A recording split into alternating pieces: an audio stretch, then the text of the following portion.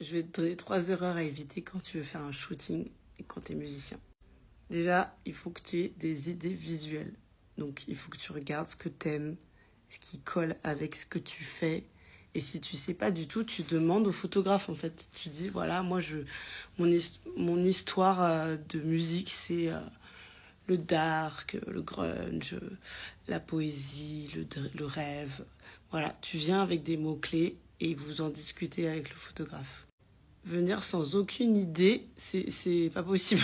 Parce que quand tu donnes carte blanche, en fait, ça peut aller dans tous les sens et c'est quand même ton projet, c'est toi qui le lead, c'est ta responsabilité aussi. La deuxième erreur, c'est de vouloir plaire à tout le monde. Donc faire une image hyper lisse. Moi, je trouve que c'est pas la bonne stratégie, vraiment.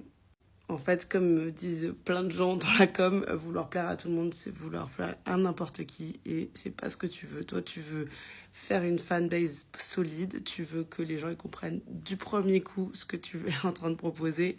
Donc non, il faut pas faire une image qui plaît à tout le monde.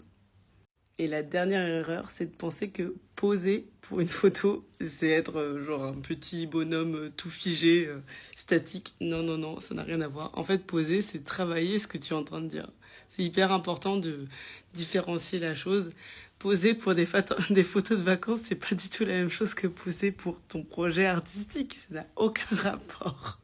Moi, c'est Elisa Ramirez et je suis photographe de musicien. Donc, si t'as envie qu'on en discute, n'hésite pas à m'envoyer un DM.